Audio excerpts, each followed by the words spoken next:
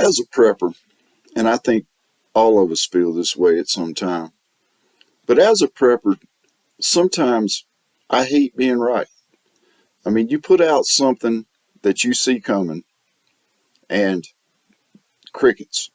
Nobody pays any attention to it. Nobody really cares. People ignore you. And then 2 months, 3 months, 9 months later, the mainstream media starts picking up on what you just got done saying. It's like a light has shone down on them and they see it. Y'all stay with me. We're going to get shady.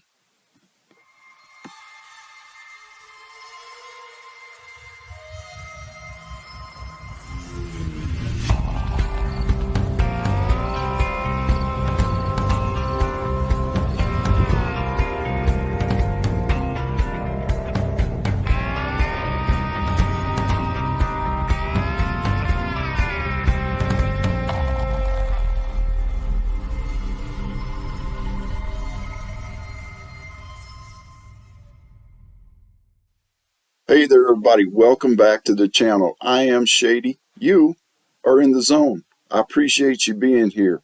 If you are new, and I'm sure there may be some of you out there that might have seen one of the gun videos or something like that, just so you know, we talk a lot about a lot more stuff here than guns.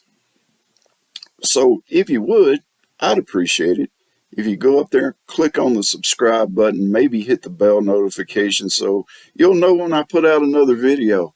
As for all my subscribers, all my shady folks out there, thank you guys very much for coming back. Thank you very much for watching the videos, for clicking on the like, for leaving comments below. It means a lot to me because it helps the channel grow. That's all on you guys, and I appreciate you for it.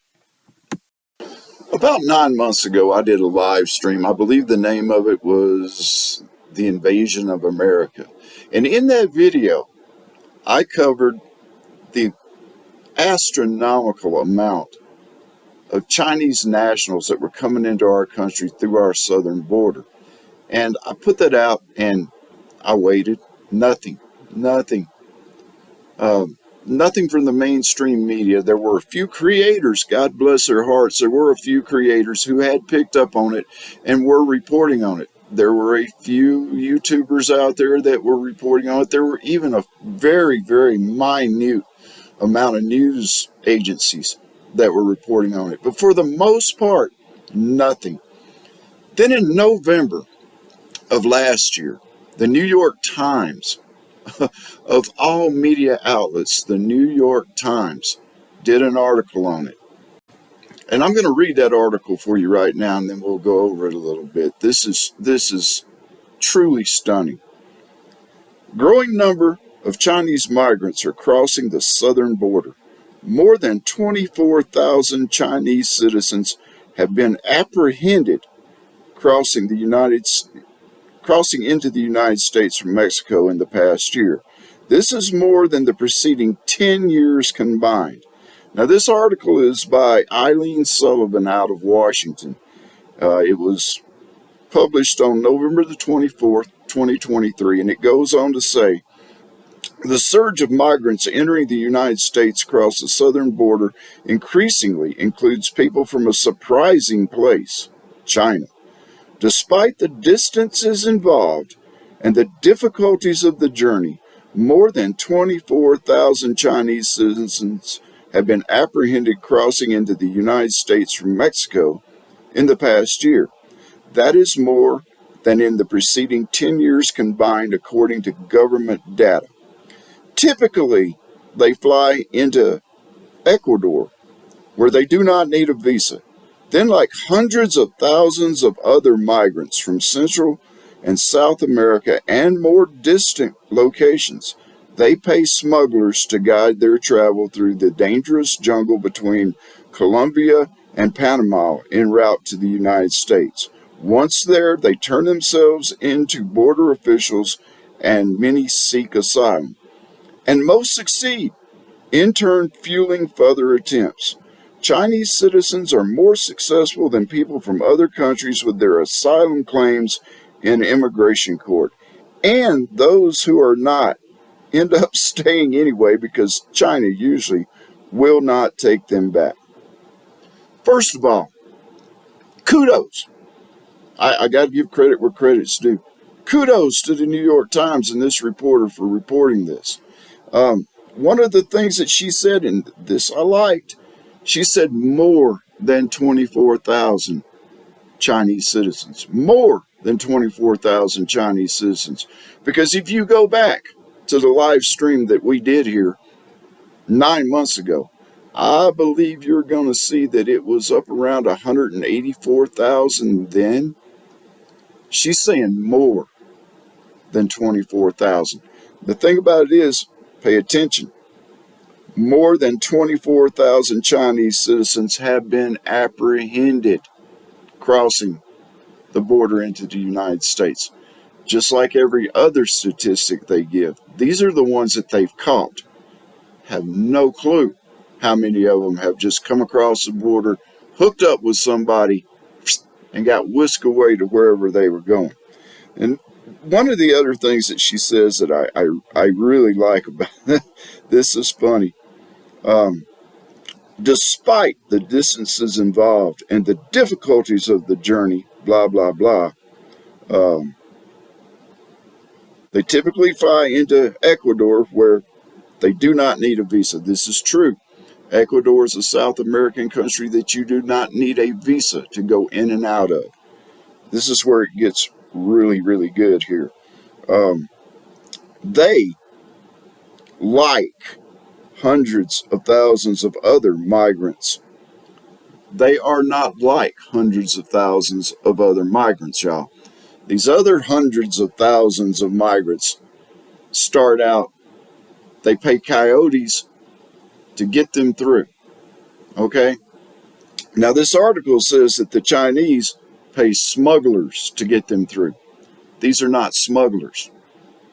Okay? These are paid drivers. They will meet them at the airport in Ecuador. They will take them to a hotel that the Chinese government has bought and paid for where they stay. After that, they will get escorted through the dangerous jungle into Mexico, where there is a series of these hotels set up. This is documented. These hotels, they check into them. They don't stay with the rest of the migrants. These hotels that they stay into come complete with a room, come complete with food. On the walls, they have posted instructions where to go next, who to talk to, what to do, how much money you need to have, how much money you need to have stashed in case you're robbed. Because they do get robbed. The coyotes, they don't care who they rob anybody. Anyway, after they go through this series of hotels that they're getting to by paid drivers that the Chinese government have paid. They have lists of the people they're supposed to be picking up.